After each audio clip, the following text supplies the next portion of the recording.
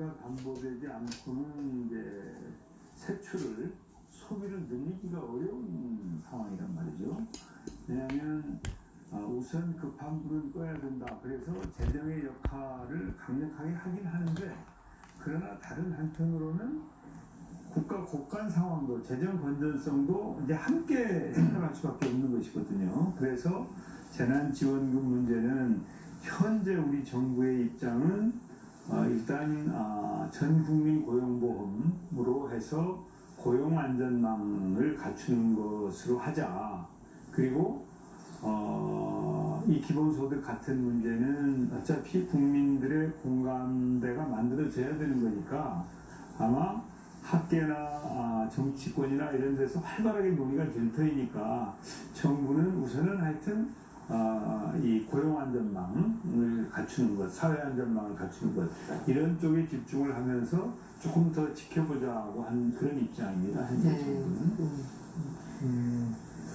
저는 개인적으로 기본소득에 대해서는 논의는 필요하다고 보고, 그렇지만 서두를 일은 아니다. 그래서 그렇게 얘기를 하고 있는데, 논의가 필요한 이유는 이번에 이제 우리 이 지사님께서 적극적으로 제기를 해주시는 바람에 어떤 효과가 생겼냐고 그러면, 국민들이 그동안 갖고 있던 인식 중에 세 가지가 바뀌었어요. 첫 번째, 우리나라 재정 규모가 국제적으로 OECD 국가 중에 꼴찌에서 두 번째인데, 그동안 이런 사실을 정확히 국민들이 인식하기 어려웠고요. 오히려 조중동의 쪽은 계속 작은 규모만 계속 얘기를 해왔으니까. 두 번째는 그 중에서 또 GDP 대비 복지 지출 규모가 또 OECD 국가들 중에 꼴찌에서 두 번째입니다. 그래서 마치 복지 퍼주기 엄청나게 퍼주는 것처럼 얘기를 하고 있지만, 이게 세계적으로 보자면 대단히 빈약하다라는 걸 확인시켜주는 거예요. 그래서 세 번째가 좀 전에 이제 총리께서도 말씀하셨지만, 국가부채에 관련해가지고 우리나라 국가부채가 3차 추경을 마치면 GDP 대비 43.5%가 됩니다. 그런데 OECD가 권고하는 건전재정이 60%예요. IMF는 85%입니다. 더군다나 코로나 상황에서는 다른 나라들이 다 부채 비율을, 독일 같은 경우에는 법으로 부채 비율을 묶어놓고 있는데 그 법을 풀면서까지 계속 지원과 투자를 확대하고 있는. 그래서 그런 점에서 이런 논의를 통해서 국민들의 인식 전환하게 된 긍정적인 효과는 분명히 있다고 생각합니다. 다만 이제 이 기본소득을 논의할 때 계속 일자리가 줄어들 거다라고 얘기를 하는데, 4차 산업혁명 때문에 이런 전제들에 대해서는 우리가 좀 잘 검토를 해봐야 되겠다라는 겁니다. 제가 사실은 우리 경남의 제조의 4차 산업은 제조업 르네상스라고 얘기하는 스마트 공장, 스마트 3단 확대시키고 있는데, 중기부에서 작년 8월에 발표한 자료를 보면 2014년 이후에 스마트 공장으로 전환했던 정부 지원을 받았던 기업들 5,003개를 대상으로 조사를 해보니까 생산성은 30%가 늘었고요. 고용도 15,000명이 있는 겁니다. 그래서 4차 산업혁명으로 갈 경우에 고용이 줄어들까 하는 데 대해서는 앞으로 좀 봐야 된다. 두 번째로, 스마트 공장으로 바꾸는 과정에서 그 공장들의 고용도 늘었지만 이게 스마트화하면서 ICT 기업들의 일자리도 늘어난 측면이 있거든요. 그래서 4차 산업혁명 과정에서 분명히 줄어드는 일자리도 있고 늘어나는 일자리도 있을 텐데, 이 과정의 사회적인 논의를 통해서 어떻게 하면 좋은 일자리를 많이 늘리는 방향으로 적극적으로 추진할 것인가. 우선 그것이 저는 우선적인 과제고, 그럼에도 불구하고 AI나 로봇이 사람의 일자리를 대체하는 그런 시대가 오면, 그때는 정말 이게 이 지사님 말씀하신 대로 수요를 창출하려면, 소비를 하려면 기본소득과 같은 그런 방식이 아니면 어려울 텐데, 그런 부분들은 지금부터 잘 논의하고 준비할 필요가 있겠다. 그렇게 생각합니다. 이 2차 긴급재난지원금과 기본소득 관련해서는 두 지사님 사이에 본질적으로는 동의를 하시지만 이제 시기적으로 좀 고려를 해봐야 된다는 어떤 인식에 좀 입장 차가 있어 보입니다. 예. 예. 예, 저도 지금 당장 이걸 하자는 게 아니고 준비를 해 나가야 된다는 거죠. 이번에 이제 제가 굳이 경기도 지원금을 재난기본소득이라고 붙였던 이유도 이 기본소득에 대한 우리 국민들의 이해도를 높이기 위한 그런 목적이 있었거든요. 그러니까 내년 내후에 당장 하자는 게 아니고 소액으로 시작해서 계속 확대해 나가자. 그리고 총님 하나만 더 이교에 부탁하면 저희를 챙겨야 되잖아요. 근데 이건 전문 단위로 하기 어려우니까 지방정부에서 독자적으로 시범적으로 할 수 있게 좀 기회를 주십시오. 그 방법은 지방세 기본법을 좀 고쳐가지고 각 시도 조례로 예를 들면 토지 보유세를 예를 들면 0.5% 이내에서 시도 조례로 정할 수 있다라고 지방세 기본법을 해주시고 각 시도에서 알아서 주민설득이 되는 곳, 의회와 협의가 되는 곳은 먼저 시행을 해볼 수 있게 지역적으로 부분적으로 시행을 해서 검증하는 게 제일 좋거든요. 근데 저는 우리 경기도민들 다 동의받아서 압도적 동의를 받아서 이걸 정착시킬 확신이 있습니다. 왜냐하면 이 조세는 사실은 나쁜 게 아니거든요. 그 압도적 다수는 내는 것보다 받는 게 되게 많아요, 사실은. 그게 원래 조세잖아요. 근데 정부는 믿지 않습니다. 세금 내면 딴 데서 낭비한다 이런 불신 때문인데 이 불신을 깨주면 되거든요. 조금 해서. 그래서 이 목적세로 요 세금은 100% 환급된다. 단 골고루. 뭐 이렇게만 해주면 내는 게 즐거울 겁니다. 네. 아니 우리 이 지사님도 총리님 만나실 기회가 많이 없으신가 봅니다. 이 기회에 막 요구사항 몇 가지를 던지시는데 전화로 예. 수시로 이거에 오늘 작정하고 나오신 것 같았어요. 다른 기회를 앞으로 안 드려야 될 것 같은데 너무 많은 말씀하셔가지고 자 코로나19 이후에 사회 변화 앞으로 어떻게 갈 것인가 이 문제 좀 보겠습니다. 많은 전문가들이 이렇게 얘기하죠. 실제로 우리가 느끼고 있기도 하고요. 코로나19 이전과 이후의 삶이 완전히 달라졌습니다. 김우기 교수께서도 한 언론에서 이렇게 말씀하신 적이 있더라고요. 경제적 불확실성과 위험의 불확실성이 공존하는 이중적 뉴노멀 사회로 진입을 했다. 지금 이제 코로나19 이후에 사회 변화의 그 전망을 해주신 거니까 변화될 것 같고 또 변화해 가야 되는지 이 부분까지. 네. 예. 5가지 측면에서 좀 간단히 말씀드리겠습니다. 간단치 않습니다. 5가지면 많습니다. 예. 될것 같아요. 간단히 말씀드리면 그 생태학적 측면인데요. 이 코로나19는 기본적으로 인수공통 감염병입니다. 자연을 파괴함으로써 인간과 동물의 접촉이 많아지면서 생긴 병이거든요. 그래서 앞으로 자연과 공존하는 삶을 살아간다. 따라서 자연과 공존하는 삶과 사연이 이제 선택이 아니라 필수라는 점을 좀 첫 번째 강조해 드리고 싶고요. 두 번째는 경제학적 측면인데 코로나19가 촉발한 경제 위기는 이제 각국 정부가 추진하는 그런 우리가 뉴딜에서 볼 수 있듯이 우리가 보통 케인즈주의의 복권, 어떤 사람들은 이제 국가의 기환이라고 이야기하는데요. 그냥 결론적으로 말씀드리자면 이제 더 이상 작은 정부가 중요한 것이 아니라 제가 보기에는 강하고 유능한 정부가 중요합니다. 예, 그래서 이런 어떤 새로운 그런 정부와 국가 상열 지원을 마련해야 될 것 같고요. 세 번째 정치학적 측면에서는 코로나19 이 팬데믹의 교훈은 개인의 자유 못지않게 공동체 안전이 중요하다는 점입니다. 사실 일사불란한 관료제에 입각해서 방역 정책을 추진한 우리나라가 대표적인 것이죠. 사회적 거리두기는 이제 확진자 동선 공개인데요. 상당히 성공적인 방역 정책을 펼쳤고 우리가 K-방역이라고 해서 뭐 세계적으로 이제 모범적인 사례로 손꼽히고 있습니다. 그래서 앞으로 과제는 이 코로나19 이 팬데믹에서 볼 수 있듯이 개인의 자율과 공동체 안전을 어떻게 우리가 잘 결합시킬 것인가.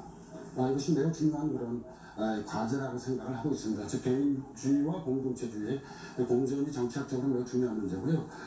네 번째 사회학적 측면에서는 코로나19 팬데믹은 이른바 언택트 사회, 다시 말씀드린 비대면 사회를 열었습니다.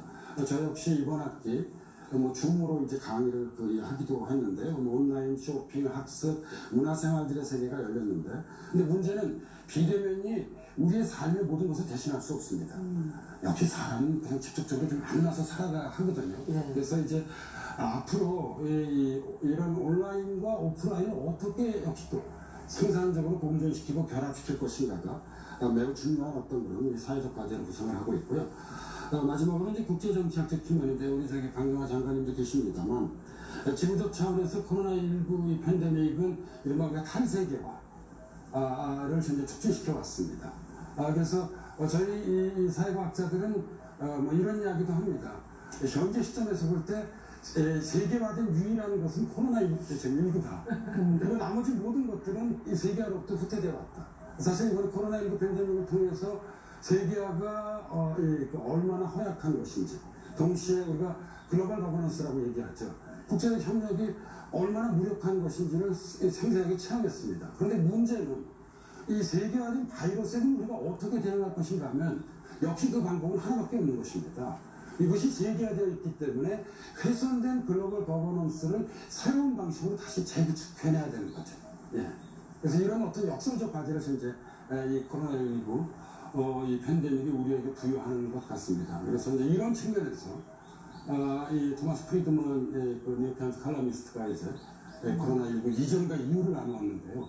분명 우리 인류는 코로나 이후라고 하는 그런 새로운 세계로 지금 막 미끄러져 들어가고 있는 것 아닌가라는 그런 생각을 하게 됩니다. 네. 간단히 말씀드렸습니다.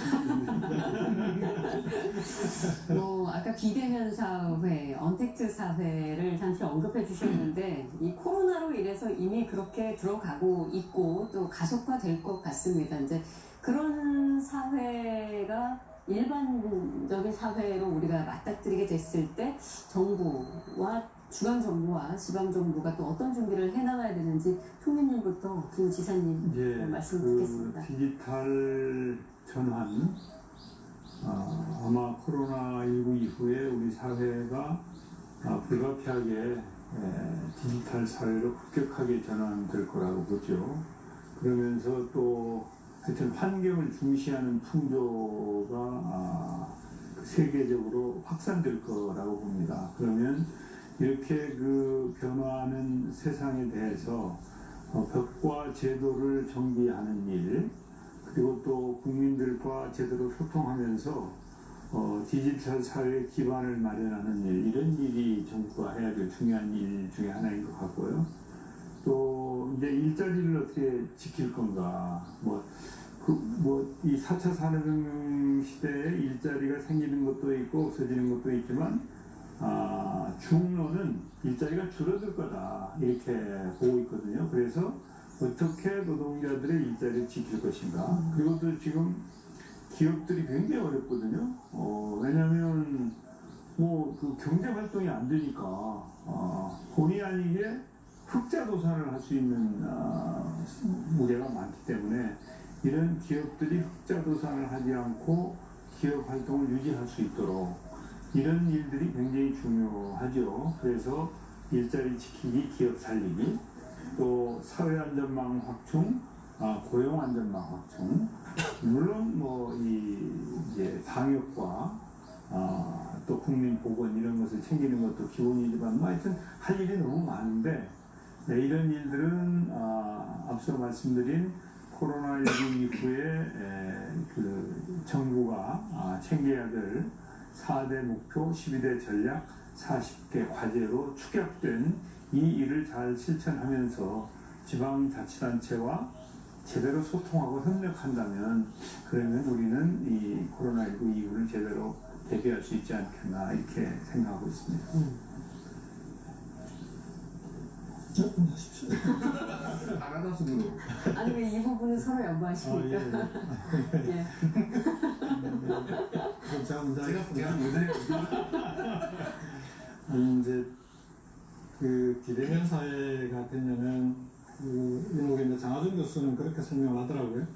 사람 간의 이동은 줄겠지만 오히려 거꾸로 물자 이동은 많아질 거다. 그래서 전통적인 제조업이라든지 이런 전통 산업에 대한 이 투자나 그 다음에 거기에 대한 그 정부 차원의 정책들이 꼭 필요할 거다 이런 얘기를 하시는데 실제로 이제 경남의 제조업 혁신이라든지 이런 게 그런 차원에서 비대면 사회에서는 반드시 꼭 필요하다. 적극적인 산업 정책은 반드시 가야 된다라고 생각을 하고요.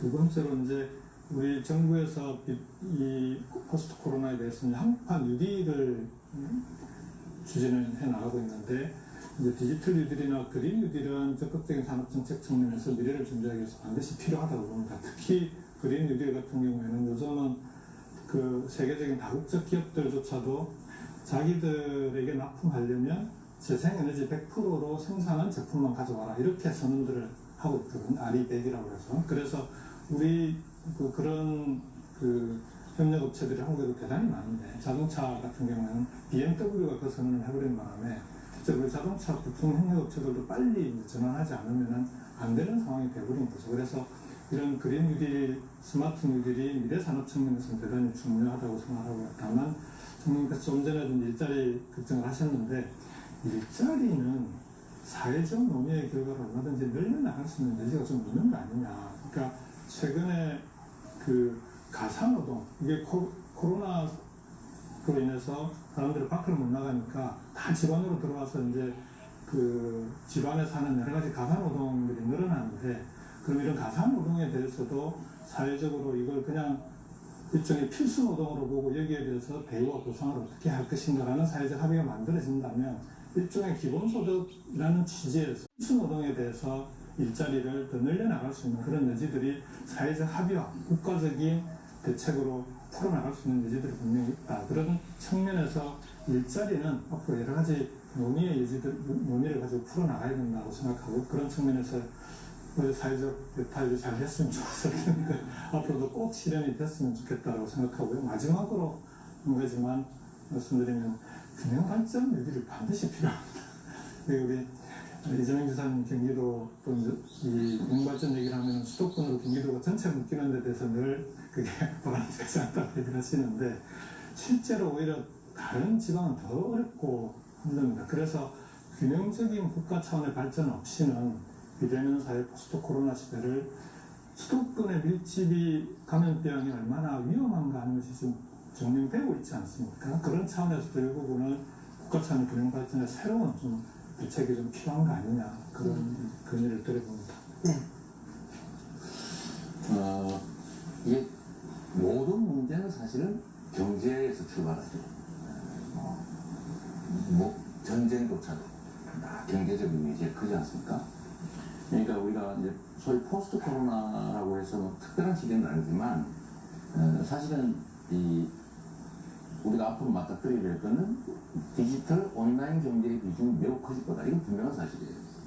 그리고 인간이 필요로 하는 산물들을 과거에는 노동을 투입하면 얼마든지 더 생산이 가능했어요. 근데 지금은 인간 노동이 매우 필요성이 적어지고 있는 거죠. 생산에 기여하는 노동의 비중이 줄어드는 건 분명한 사실입니다. 예를 들어 사회적 합의를 통해서 일자리를 만들어낼 수 있다고 하는 그 말씀 맞는데요. 그런 건 사실은 공공 일자리, 사회 서비스 일자리 이런 거거든요. 진정한 의미의 생산 또는 서비스 이런 거 만들어내는데 인간 노동이 필요성이 점점 줄어드는 게 분명해요. 그러니까 디지털 온라인 경제는 사실 이 세계화하고 직접 맞물려 있지 않습니까? 시장이 세계가 하나로 통일된다는 거죠. 그리고 글로벌 디지털 기업이 독점하게 되죠. 그리고 총리님도 잘 아시겠지만 소위 전통적 기업들은 영업이익률이 8%만 넘으면 엄청나게 훌륭한 기업이에요. 보통 3%였는데 이 디지털 온라인 기업들은요 영업이익률이 40%에서 60% 이렇게 됩니다. 그러니까 매출이 다 이익이에요. 그러나 매출이 아무리 늘어나도 비용이 늘어나지 않습니다. 서버 비용이 늘어나죠. 즉 고용이 늘어나지 않습니다. 배당도 되지 않아요. 그러니까 오죽하면 빌 게이츠나 뭐 이렇게 마크 저커버그 같은 사람들이 자기들이 해보니까 돈을 버는 게 너무 쉬운 거예요. 그래서 너무 돈을 많이 벌어가지고 어느 순간에는 시장이 없어져 버릴 것 같은 불안감을 느낀 거죠. 그 자본주의 체제가 지속적으로 유지되고 경제가 성장하려면 소위 이게 판돈이 좀 있어야 되겠더라. 그거에서 사실은 그들이 기본소득 주장하게 되는 거거든요. 그래서 이 문제에 대해서 우리는 너무 낙관적으로 보지 말고요. 정말 신속하게 코로나19 때문에 약간이 짓고 있기 때문에 정말로 신속하게 좀 준비를 해야 된다. 그리고 기업들도 그렇고 모든 경제 주체들이 인간 노동에 대한 생각을 좀 많이 바꿔야 되겠다는 생각을 해요. 그러니까 지금까지는 노동이란 생존을 위한 수단이죠. 고통스러운 과정이에요. 좀 좀 문학적인 표현은 슬픈 노동을 하는 거죠. 살기 위해서 할 수 없이 하기 싫은 걸 한다. 이게 노동인데 지금은 인간이 필요로 하는 것들을 기계나 인공지능 또는 뭐 기술혁명을 통해서 얼마든지 생산할 수 있는 시대가 오기 때문에 이 노동에 대한 생각 자체를 바꿔야 된다는 거죠. 자기 실현의 과정이다. 그러면 사실은 그 측면에서 새로운 일자리들이 생겨나요. 그러니까 생산성은 낮지만 수입은 적지만 삶의 만족도가 높은 직업들이 뭐 예를 들면 예술 일자리라든지 뭐 귀농 기촌이라든지 이런 게 많이 생겨날 수가 있습니다. 그래서 좀 거시적으로 길게 멀리 보고 좀 근본적인 대책들을 우리가 고민할 필요가 굉장히 한 것 같아요. 요즘은 이지사님 말씀하신 내용 중에 그 디지털 기업들이 수익률이 대단히 높다고 하지 않습니까? 근데 그 잘 들여다보면 그 수익률이 높은 이유 중에 하나가 그게 접속하는 국민들의 개인정보나 데이터들을 가지고 이제 수익이 높아지는 거거든요. 결국은 국민들이 그런 빅데이터 기업이나 이런 온라인 기업들의 수익에 자기 개인정보로 기여하고 있는 거예요. 생활 속에서 생산되는 각종 정보들. 그렇다면 수익률 60% 80% 되는 기업들이 이제는 그쪽 기업에 있는 인사를 만나면 그런 기업들을 자기도 하겠다라는 거거든요. 그러면은 생활하면서 데이터를 생산해내는 국민들이 자신이 하고 싶은 일을 하면서도 그게 이제 일자리가 될 수 있고 그 일거리에 대한 보상이 주어질 수 있도록 하는 그런 체계를 만들어 나갈 수 있는 거 아니냐. 그럼 그게 이제 사회적 합의고 그런 사회적 논의가 꼭 필요하고 그게 기본 논의와도 사실 맥락이 기본 소득과도 논의의 맥락이 다 있긴 합니다. 그런데 이런 노력들을 우선적으로 충분히 기울일 필요가 있다. 그렇게 생각합니다. 일자리를 굳이 안 주고 소득을 줘도 됩니다. 아니, 자유롭게 사시라고. 그래서 두 분의 토론은 따로 자리를 마련해서 진행을 하는 게 좋을 것 같습니다.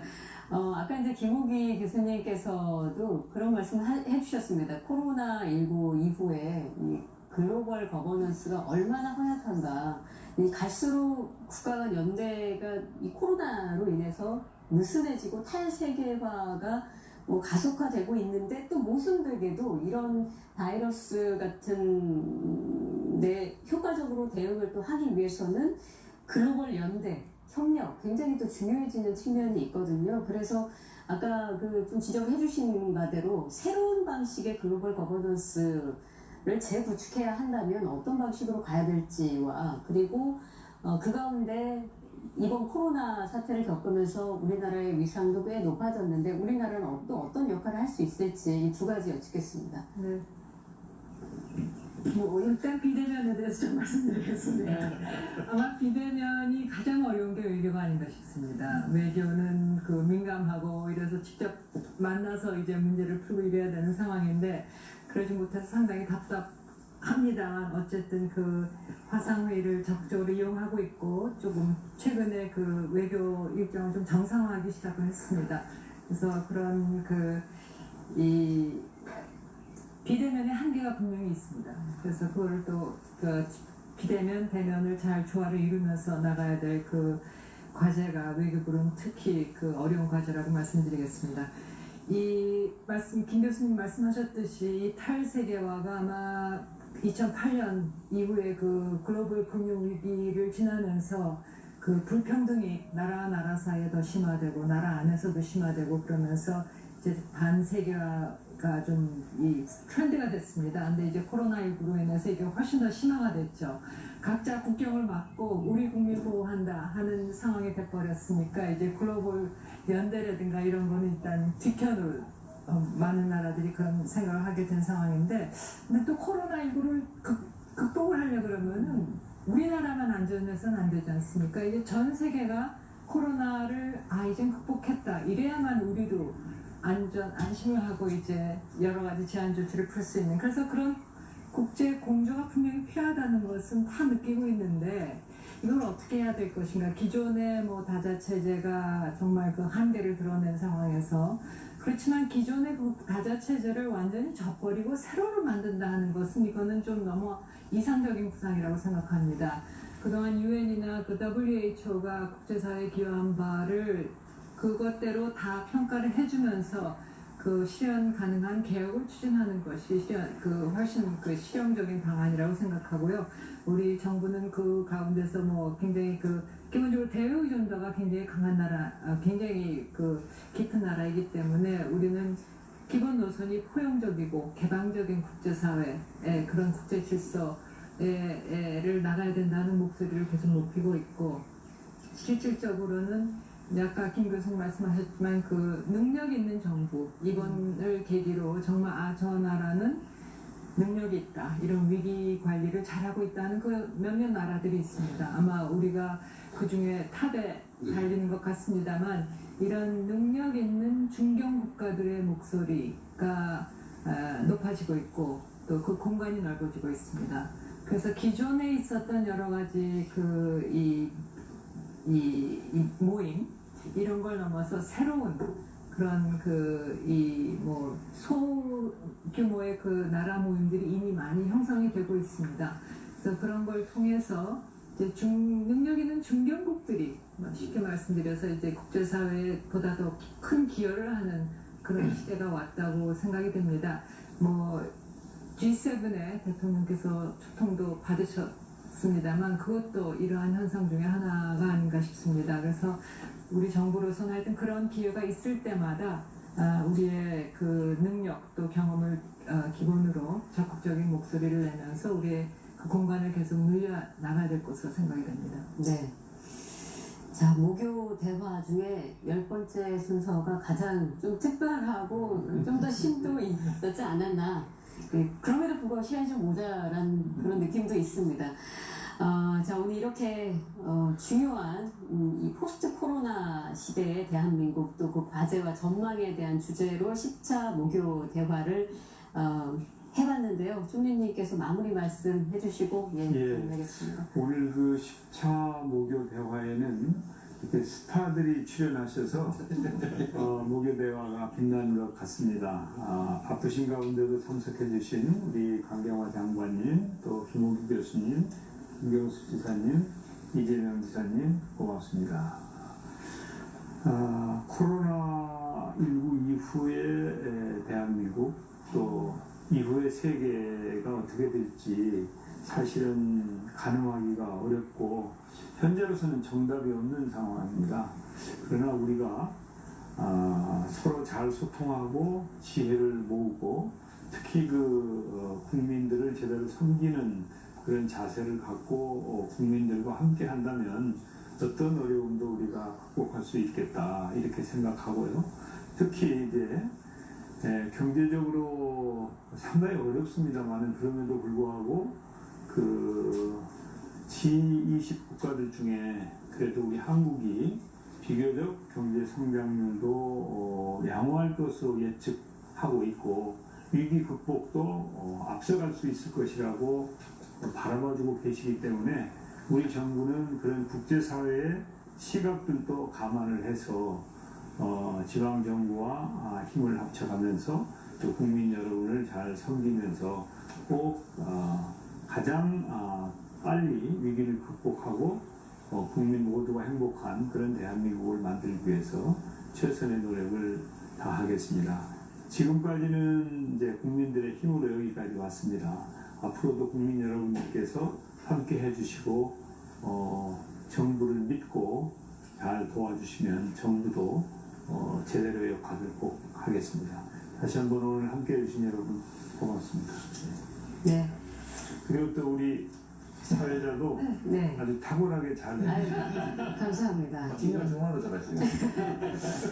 좀 더 할까요? 자, 이것으로 10차 모교 대화를 마치겠습니다. 시청해주신 여러분 고맙습니다. 감사합니다.